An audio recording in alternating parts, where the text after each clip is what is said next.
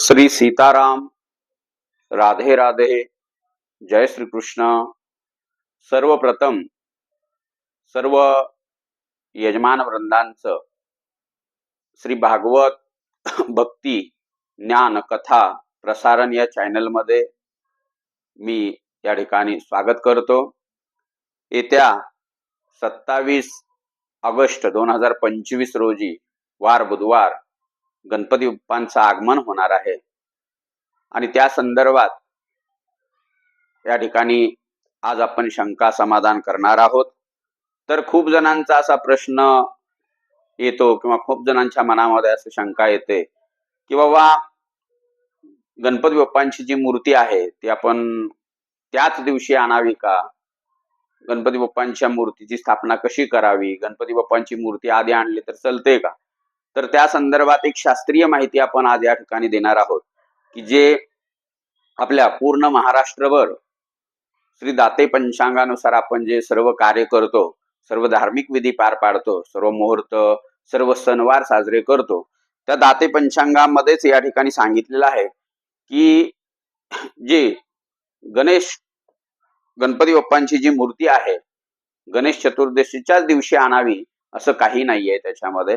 तर तुम्ही ती मूर्ती 5-6 दिवस आधी सुद्धा आणून या ठिकाणी घरामध्ये या ठिकाणी व्यवस्थितपणे ठेवू शकता. आदल्या दिवशी ही मूर्ती आणू शकता, त्याच्या आधी 8-10 दिवसही तुम्ही मूर्ती आणू शकता. विशेष म्हणजे मूर्ती आणताना या ठिकाणी काही मुहूर्त पाहावा लागतो का, वेळ पाहावी लागते का, काळ पाहावा लागतो का, तर असं कोणत्याही प्रकारचं याच्यामध्ये काही नाहीये. कोणताही मुहूर्त, वेळ, दिवस, वार पाहण्याची काही आवश्यकता नाहीये. या ठिकाणी तुम्ही 4-5 दिवस आधी आणून गणपती बाप्पांची मूर्ती ठेवू शकता. दुसरा प्रश्न असा आहे की गणपती बाप्पांचे मूर्तींची प्राण प्रतिष्ठा करताना पार्थिव गणेशाची या ठिकाणी विशेष मुहूर्त असा पाहावा का.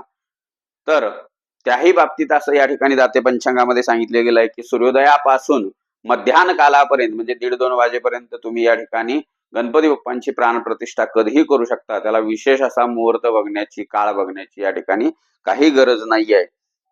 अजून एक प्रश्न असतो की समजा या ठिकाणी गणपती आपण या ठिकाणी स्थापना केली, पार्थिव गणेश बसवला घरामध्ये आणि त्या दरम्यान अचानक अशौच आलं, सुतक पडलं, तर त्या दरम्यान काय करावं. तर त्या दरम्यान एकच सांगितलेलं आहे की लवकरात लवकर सुतक पडलं असं समजतात किंवा सुतक पडलं असं तर लगेचच पुन्हा करवी तरी ती मूर्ती या ठिकाणी विसर्जित करावी. एखादं वर्ष या ठिकाणी काही जरी या ठिकाणी दिवस कमी सेवेचे झाले तर काही अडचण येणार नाही. तर एवढंच या ठिकाणी या व्हिडिओच्या माध्यमातून तुम्हापर्यंत माहिती पोहोचवायची होती आणि ही सर्व माहिती दाते पंचांगानुसार या ठिकाणी आपण सुचवत आहोत. सर्वजणांनी या माहितीनुसार या ठिकाणी त्याच दिवशी गणपती आणण्यासाठी मना विलंब होतो, काही कारणास्तव पुन्हा गडबड होते, योग्य वेळेवर प्राण प्रतिष्ठा होत नाही, तर त्याच्यासाठी आधीही तुम्ही आणून या ठिकाणी सुरक्षितपणे गणपती बाप्पांची मूर्ती ठेवू शकता.